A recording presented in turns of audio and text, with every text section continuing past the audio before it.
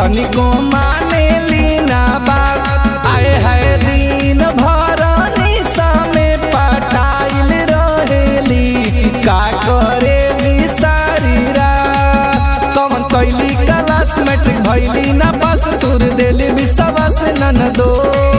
रोज देखे चली कमनी बारात,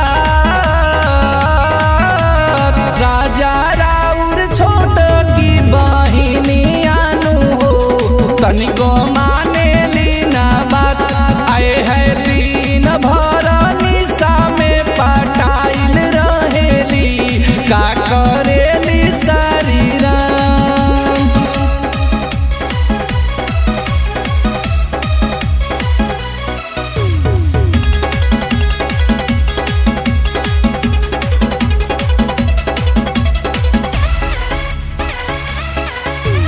सोतेली सस के दुआरी, रोज रतिया के बाजे के मारी। हमसे करेली कोनो बहाना, बबे बन गईली बड़की खिलाड़ी, बबे बन गईली बड़की खिलाड़ी। सोतेली सट के दुआरी, रोज रतिया के बाजे के मारी।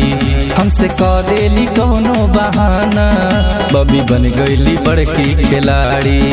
कयो धोती है ऊंचा खलाला, राजा राउर छोट की बहिनी आनु हो, तनिको माने लीना बात। आए है दिन भर निशा में पटाइल रहेली, का करेली सारी रात।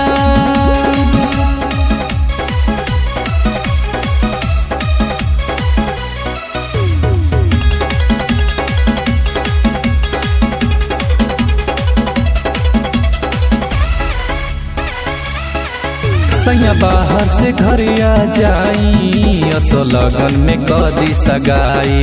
अपना पियवा के बस में हो जाई है, डुबके पानी पियल छूटी जाई, डुबके पानी पियल छूटी जाई। सैया बाहर से घर आ जाई, असो लगन में कदी सगाई। अपना पियवा के बस में हो जाई है, डुबके पानी पियल छूटी जाई। छूट जाए के चौबे के साथ, राजा राउर छोट की बहिनी आनु हो, तनिको